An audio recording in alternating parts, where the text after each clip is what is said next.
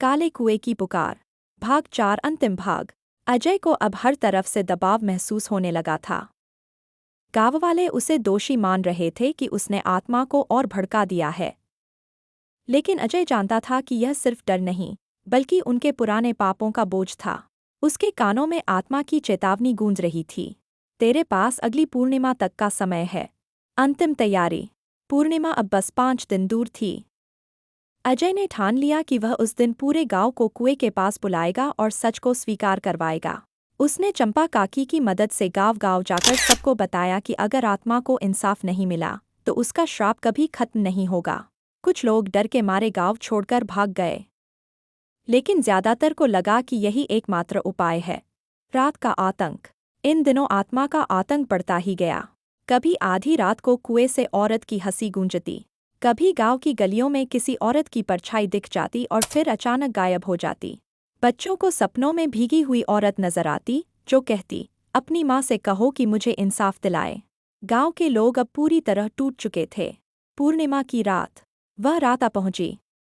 आसमान पर पूरा चांद था, लेकिन उसकी रोशनी भी गांव पर अजीब सन्नाटा फैला रही थी। कुएं के चारों तरफ गांव वाले इकट्ठा हुए। उनके हाथों में दीपक थे, लेकिन चेहरों पर डर साफ झलक रहा था। अजय ने सबको जोर से कहा, आज हमें सच का सामना करना होगा। शांति चुड़ैल नहीं थी। हमने निर्दोष को मारा था। अब उसकी आत्मा तभी शांत होगी जब हम सब उसकी गलती मानकर क्षमा मांगे। लोग एक दूसरे का चेहरा देखने लगे। कुछ ने सिर झुका लिया, लेकिन मुखिया अब भी हिचकिचा रहा था। आत्मा का प्रकट होना। अचानक कुएं से भयंकर हवा उठी। पानी उबलने लगा और लहरों के बीच से शांति की आत्मा बाहर आई। वह बेहद भयानक रूप में थी। लाल आंखें, बिखरे बाल, भीगा शरीर और चारों तरफ धुंध का घेरा। उसकी आवाज गूंजी, कौन है जो मेरी बेइज्जती का बोझ ढोएगा? किसने मुझे चुड़ैल कहा था? किसने मुझे कुएं में धकेला? गाँव वाले कांपने लगे। कई लोग रोते हुए गिर पड़े। रामलाल मुखिया कांपती आवाज में बोला, हम सब से गलती हुई, हमें माफ कर दे। भीड़ ने भी उसके पीछे कहा, हाँ, हमें माफ कर दे शांति, तू निर्दोष थी। अजय का साहस। लेकिन आत्मा का गुस्सा अभी शांत नहीं हुआ। उसने गूंजती आवाज में कहा, तुम्हारे शब्द झूठे हैं।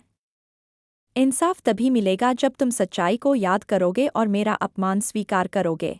अजय ने आगे बढ़कर डायरी सबके सामने खोल दी। उसने पन्ने जोर जोर से पढ़े, जिसमें ठाकुर के बेटे का गुनाह लिखा था। गाँव वाले सन्न रह गए। सच अब साफ था, शांति निर्दोष थी। रामलाल ने कांपते हाथ जोड़कर कहा, शांति, हमें माफ कर दे। हमने अंधविश्वास में तेरा खून किया। आज से तुझे हमारी बहन मानते हैं। तेरा नाम सम्मान से लिया जाएगा। मुक्ति का क्षण। जैसे ही ये शब्द निकले, आत्मा की आंखों से आंसू बह निकले। उसका चेहरा अब गुस्से से नहीं, बल्कि शांति से भरा था। उसने धीरे धीरे अजय की तरफ देखा और बोली, तूने मुझे इंसाफ दिलाया। अब मेरी आत्मा मुक्त है। इतना कहते ही उसकी परछाई धुंध में बदल गई और आसमान की ओर उठने लगी। कुएं का पानी, जो अब तक उबल रहा था, अचानक शांत हो गया। गाँव पर फैला सन्नाटा धीरे धीरे टूट गया। हवा में अब ठंडक नहीं, बल्कि एक अजीब सुकून था। गाँव का बदलना। उस रात के बाद गाँव की तस्वीर बदल गई।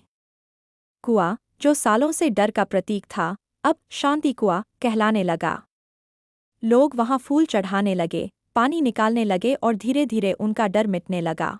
रामपुरा गांव अब अंधविश्वास से बाहर आ चुका था। गाँव वालों ने तय किया कि वे फिर कभी किसी निर्दोष को अफवाहों के सहारे दोषी नहीं ठहराएंगे। अजय का अंतर्द्वंद्व। लेकिन अजय के दिल में हमेशा एक टीस रही। जब भी वह कुएं के पास खड़ा होता, उसे लगता कि कोई धीमी आवाज अब भी उसे धन्यवाद कह रही है। कभी कभी रात को वह सपना देखता, शांति सफ़ेद साड़ी में खड़ी मुस्कुरा रही है और फिर धुंध में गायब हो जाती है।